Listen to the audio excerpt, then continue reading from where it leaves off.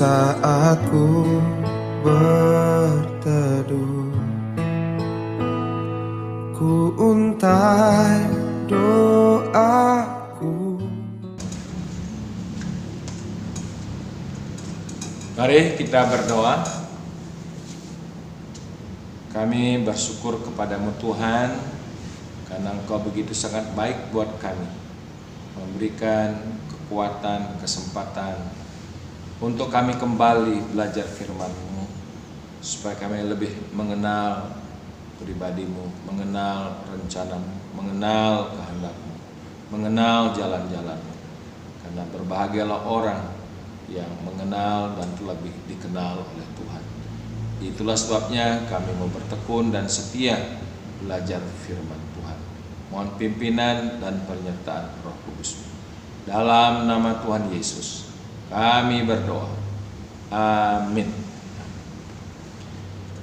Ya, salam Bapak Ibu, saudara sekalian yang dikasihi oleh Tuhan Yesus Kristus. Pada Rabu yang lalu kita belajar satu tema yang penting, yaitu hal mengumpulkan harta. Ya, kenapa hal yang sangat penting?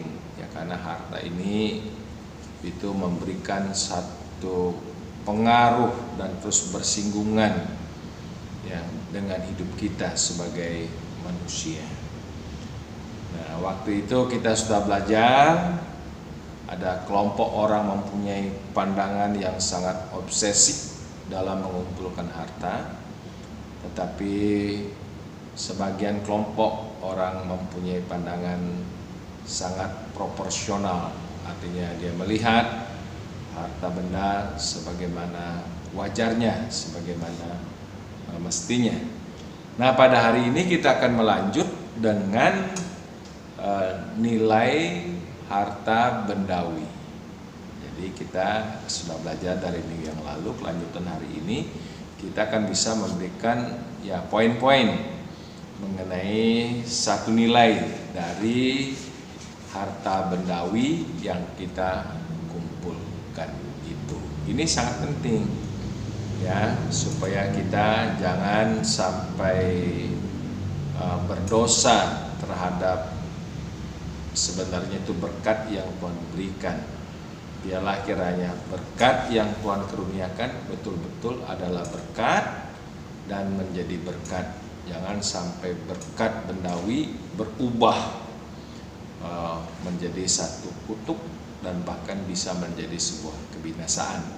Nah, karena itulah mari kita konsentrasi kembali membaca firman Tuhan dari pengajaran Tuhan Yesus langsung, yaitu ya Matius 6, 19 sampai yang ke-24 ya. Kita baca kembali. Ya, semakin banyak kita berulang-ulang membaca firman Tuhan, semakin jelas. Kalau semakin jelas berarti kita semakin diberkati oleh firman Tuhan. Hal mengumpulkan harta, janganlah kamu mengumpulkan harta di bumi ngengat dan karat merusakkannya dan pencuri membongkar serta mencurinya. Tetapi kumpulkanlah bagimu harta di sorga. Di sorga ngengat dan karat tidak merusakkan dan pencuri tidak membongkar serta mencurinya. Karena di mana hartamu berada, di situ juga hatimu berada. Mata adalah pelita tubuh. Jika matamu baik, teranglah seluruh tubuhmu. Jika matamu jahat, gelaplah seluruh tubuhmu. Jadi, jika terang yang ada padamu gelap, betapa gelapnya kegelapan itu. Tak seorang pun dapat mengabdi kepada dua tuan, karena jika demikian, ia akan membenci yang seorang dan mengasihi yang lain, atau ia akan setia kepada yang seorang dan tidak mengindahkan yang lain. Kamu tidak dapat mengabdi kepada Allah dan kepada Mammon. Ya, jadi makanya sudut pandang kita itu sangat ditekankan dalam hal bagaimana kita memandang berkat harta bendawi. Ya, mata adalah pelita tubuh. Jika matamu baik, teranglah seluruh tubuhmu. Jika matamu jahat, gelaplah seluruh tubuhmu. Jadi jika terang yang ada padamu gelap, betapa gelapnya kegelapan itu. Jadi kita perlu memiliki terang Allah untuk melihat ya, segala perkara dalam hidup kita ini, termasuk dalam hal masalah memiliki atau dalam hal mengumpulkan harta bendawi. Jadi kalau seandainya pandangan kita gelap terhadap harta, ya otomatis itu nanti tidak akan menjadi berkat. Tapi kalau mata hati kita terang, pikiran kita terang, terang dari Allah, wah sungguh betapa indahnya. Maka berkat itu akan betul-betul adalah berkat dan akan menjadi berkat bagi banyak orang. Nah, yang pertama, nilai dari mengumpulkan harta bendawi itu bisa bernilai rohani. Kenapa saya katakan bisa bernilai rohani? Yaitu tadi sesuai dengan firman Tuhan, kalau mata hati kita terang, pikiran kita terang, kita ada terang Kristus dalam hidup kita, jadi berkat mengumpulkan harta itu betul-betul akan bisa bernilai rohani di hadapan Tuhan. Karena memang ya banyak referensi ayat dalam Alkitab ini juga yang berbicara bagaimana harta benda bisa menjadi bernilai rohani. Dalam Amsal kita belajar Amsal pasal 3 ayat 9. Jadi Amsal ini merupakan pengajaran-pengajaran yang lahir dari hikmat Tuhan. Jadi kita juga bisa melihat berkat bendawi dalam hikmat Tuhan. Apa dikatakan ayat 9? Muliakanlah Tuhan dengan hartamu.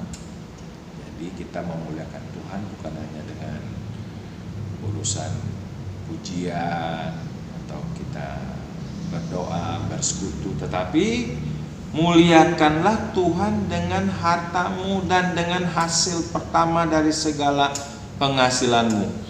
Maka lumbung-lumbungmu akan diisi penuh sampai melimpah-limpah, dan bejana pemerahanmu akan meluap dengan air buah anggurnya. Terpujilah Tuhan. Nah, jadi bagaimana sekarang ya nilai bendawi itu bisa bernilai rohani? Ya uang kita, ya rumah kita, properti kita, mobil kita, ya mungkin kalau kita juga mempunyai tanah, ya sebidang tanah. Jadi pokoknya segala berkat bendawi yang Tuhan berkatkan dan kita bisa kumpulkan bisa bernilai rohani, yaitu dengan jalan ya kita ini bagaimana kita mempergunakannya. Mari kita pergunakan segala berkat-berkat bendawi ini. Kita sudah banyak diajar oleh firman Tuhan bagaimana kita menggenapkan tujuan Tuhan melalui berkat harta bendawi, yaitu dengan ya kita menggenapkan tujuan Tuhan dengan jalan memberikan persembahan kepada Tuhan. Jadi mengenai masalah persembahan itu kan banyak banget tercatat dalam Alkitab. Ya ada persembahan perpuluhan, ada persembahan syukur, persembahan sukarela, ya ada persembahan untuk teologia, ada persembahan untuk penginjilan, dan juga ada persembahan-persembahan yang lain. Jadi ya kita ikut aja. Kita kan mengenal kehendak Tuhan melalui firman-Nya. Ya, apa yang dikatakan Alkitab mengenai masalah persembahan. Ya, mari kita taat.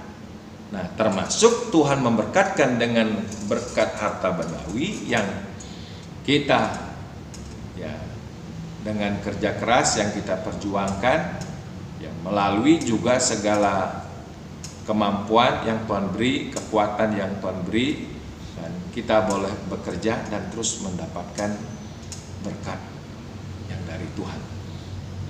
Kalau mata hati kita terang, pikiran kita terang, kita menerima itu sebagai wujud berkat Tuhan, kita akan bersyukur. Maka jikalau ini kita pahami, kita akan bisa memuliakan Tuhan lewat harta benda. Waktu harta benda kita boleh persembahkan di mezbah Tuhan, nah itulah harta benda bisa mempermuliakan nama Tuhan. Itu namanya harta benda bernilai rohani. Kita juga sudah belajar mengenai doa, puasa, dan sedekah.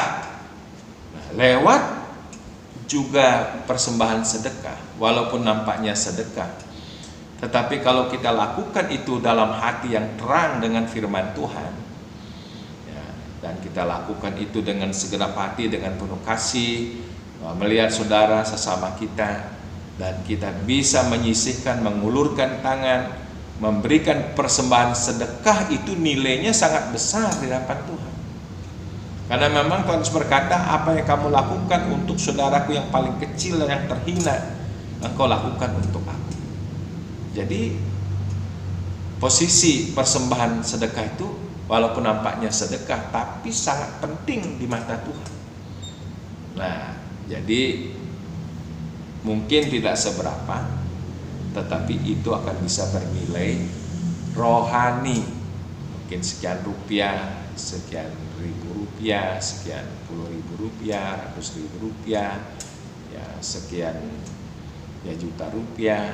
Nah, kalau kita lakukan itu di dalam ketaatan kepada firman Tuhan, ya, maka itu akan bisa bernilai rohani. Saya ambilkan juga mungkin salah satu referensi di dalam kitab 2 Korintus pasal 8 ayat 1 sampai dengan ya seterusnya itu. Di situ ada satu kesaksian yang luar biasa dari jemaat-jemaat Makedonia. Jemaat-jemaat di Makedonia ini ada jemaat ya Tesalonika, jemaat Beria, jemaat Kaya, dan juga yang lain-lainnya. Yang dicatat di situ jemaat-jemaat yang ekonominya pas-pasan, sudah pas-pasan dalam masa-masa juga penderitaan, masa-masa aniaya di situ. Namun walaupun keadaan demikian, Paulus mengangkat ya kualitas rohani jemaat-jemaat di Makedonia ini, itu bisa terbeban, bukannya terbeban tapi tergerak atau terulur mengumpulkan ya, persembahan khusus untuk jemaat di Yerusalem. Kesaksian ini diangkat untuk memberikan sebuah motivasi kepada jemaat yang ada di Korintus. Makanya dicatat di 2 Korintus pasal 8. Ya. Jadi ini pengajaran yang sangat indah, sehingga ya jemaat yang memang memiliki hati yang terang akan Tuhan, mengerti kehendak Tuhan, mengerti pekerjaan Tuhan, terus ada dorongan inisiatif mengumpulkan sedikit demi sedikit ya dari satu sama lain, ya sudah terkumpul cukup lumayan, dia kirim ke Yerusalem untuk membantu orang-orang kudus yang mengalami ya, kehidupan yang sangat kesusahan. Ini luar biasa, ini salah satu loh ya dalam Alkitab. Makanya kalau kita lakukan hal-hal seperti ini melalui berkat harta bendawi yang kita kumpulkan, maka berkat bendawi bisa bernilai rohani. Nah, itu yang pertama. Kumpulkanlah bagimu harta di sorga, supaya harta bendawi kita yang sifat sementara bisa bernilai kekal. Kalau kita punya uang misalnya 15.000, kalau kita beliin bakso nilainya paling kita makan hari ini, besok sudah output, kan begitu. Tetapi kalau kita mempunyai berkat 15.000 dan kita mendengar ada pekerjaan Tuhan, terus kita tergerak memberikan persembahan 15.000, maka uang yang bernilai 15.000 itu umurnya cuma 1 hari, ya, letakkan di mezbah Tuhan, nilainya bisa kekal. Nah, itu namanya mengumpulkan harta di sorga. Bagaimana hal-hal yang sementara bisa bernilai kekal pada waktu kita bawa itu sebagai satu bentuk persembahan kepada Tuhan. Bagaimana bernilai kekal pada waktu kita memiliki hati yang membelas kasihan, dalam kasihnya Tuhan kita bisa menolong, ya, saudara atau sesama kita. Itu yang pertama, ya, saya berdoa biarlah kita semua sebagai anak Tuhan atas berkat bendawi yang Tuhan berkatkan supaya bisa bernilai rohani. Itu yang indah. Nah, yang kedua, berkat bendawi bisa bernilai sangat manusiawi. Itu manusiawi. Apa maksudnya? Kalau kita menggunakan berkat-berkat bendawi yang sifatnya speaking sementara itu, kita pergunakan sesuai dengan kebutuhan, ya, bukan dengan keinginan tapi kebutuhan, itu sangat manusiawi. Makanya kita ini jangan terlalu serakah memandang berkat bendawi, ya secukupnya aja. Dalam ajaran doa Tuhan Yesus kan sangat supremasi. Matius pasal 6 ayat 11. Berikanlah kepada kami hari ini makanan kami atau rezeki kami secukupnya. Jadi saudara, pada waktu kita melihat berkat bendawi yang Tuhan karuniakan, terus kita gunakan secukupnya. Makanya dalam kitab 1 Timotius pasal 6 ayat yang ke-7 dan 8, ya, ada makanan, minuman, pakaian, cukuplah. Jadi dia mempergunakan sesuai dengan kebutuhannya. Kita mungkin ada perlu transportasi, punya kendaraan, ya tidak mesti harus, waduh, bukannya nggak boleh, tapi tetap dipergunakan sesuai dengan kebutuhan, secukupnya. Pada waktu kita berkata cukup berkat Tuhan, itulah manusiawi. Makanya pada waktu Tuhan Yesus, ya, juga mengajarkan kepada jemaat-jemaat yang ada di jemaat di Korintus melalui jemaat Makedonia, ya, dalam konklusinya supaya satu jemaat yang lain saling tolong menolong supaya ada keseimbangan, karena ada tertulis, yang mengumpulkan banyak tidak kelebihan, yang mengumpulkan sedikit tidak kekurangan. Cukuplah berkat Tuhan. Ini kan peristiwa yang nyata terjadi dalam perjanjian lama pada waktu Tuhan memberikan makan umat Israel melalui mana yang dari surga. Ada firman, ambil secukupnya, jangan lebih-lebih. Ya, banyak yang taat tapi banyak juga yang tidak taat. Yang tidak taat ini karena khawatir mengumpulkan sebanyak-banyaknya disembunyikan di tenda, akhirnya besoknya busuk, ya, menjadi rusak. Jadi secukupnya. Memang betul-betul ini indah kalau kita bisa mempergunakan berkat sesuai kebutuhan cukup. Nah, sekalipun kita bisa membeli beras 1 kintal 1 hari, ya tetap aja kita makan 3 kali sehari, ada malah 2 kali sehari. Cukup. Saudara bisa beli rumah banyak, tetap yang dipakai satu ada kamar juga sampai 5 kamar, 10 kamar, tetap yang dipakai 1 kamar. Bisa beli pakaian yang begitu banyak, melimpah, tetap yang dipakai juga sepasang.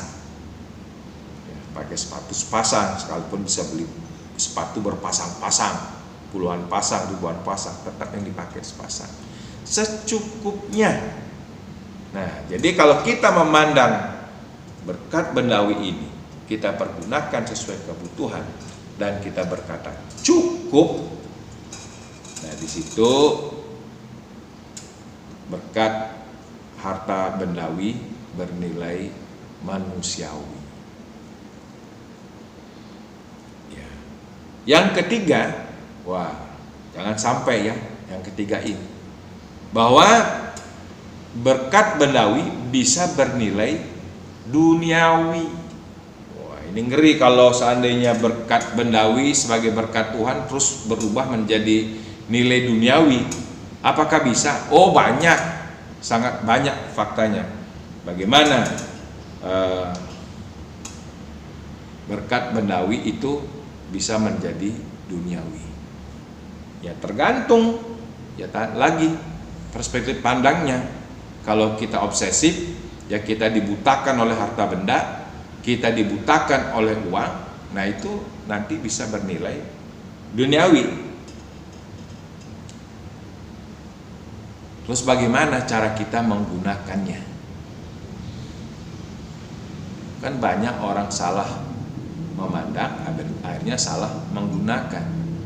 Akhirnya berkat-berkat itu yang mesti jadi berkat, akhirnya bisa menjadi kutuk dan kebinasaan. Pada waktu